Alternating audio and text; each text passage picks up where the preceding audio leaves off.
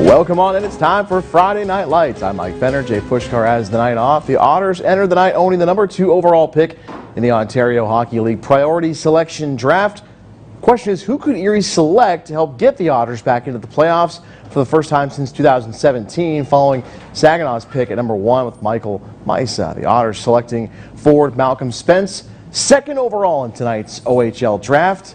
Spence, a member of the U16 AAA Mississauga Senators, joined Dylan Strome back in 2013 and Greg McKegg in 2008 as #2 picks by the Otters, both going on to play in the National Hockey League.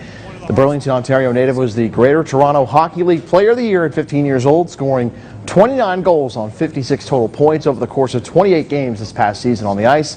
The left-handed shot stands at 6'1", 179 pounds, considered to be the top prospect of the 2006 class. Here's Otters general manager Dave Brown on reaction to the pick. What stood out to me was his ability to create back pressure and how hard he worked off the puck as opposed to just the simple things that all great players do. And that's, you know, he's got that ultimate skill level. But he plays a pro-style game, and you know, I think we're just super excited to have him. Not only his skill level and everything else, but his maturity and leadership that he brings, you know, off the ice.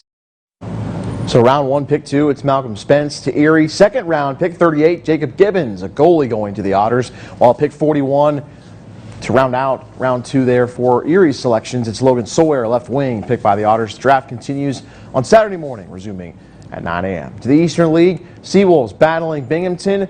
Winners of 4 straight. Erie coming in, no score into the 7th. That's when the Rumble Ponies break through. Hayden Sanger, the sack fly to center. Brett Beatty scores on the tag to make it 1-0 bingo. Same frame. And Jonshai Fargus would single on a ground ball to right to plate Ronnie Mauricio. Seawolves were held to just 1 hit on the night as Erie's 4-game winning streak comes to an end. Rumble Ponies take it 2-0 over the Seawolves. Same 2 teams at it Saturday afternoon at 1:05 p.m. In college baseball from this afternoon, Gannon hosting a doubleheader against IUP from UPMC Park with renovations going on at McConnell Family Stadium. Pick things up in a scoreless 4th inning. Crimson Hawks threatening with runners at first and second. Jake Cherry lines the single to left field. Torrey Roper motoring around, heading for home with a great throw here from left fielder Connor Rakow, gets him out at the plate. Still in the 4th, bases loaded for the Crimson Hawks. Devin Judy out of the jam, flying out to center. Here are the Hawks. Game remains scoreless until the bottom of the frame. And Ryan Kalfa sends one to right field. Good enough for an RBI sac fly as Ian Hess would tag and score from third. Gannon on the board, leading 1-0 at the U. Still in the 4th, Rakow doing it with a bat.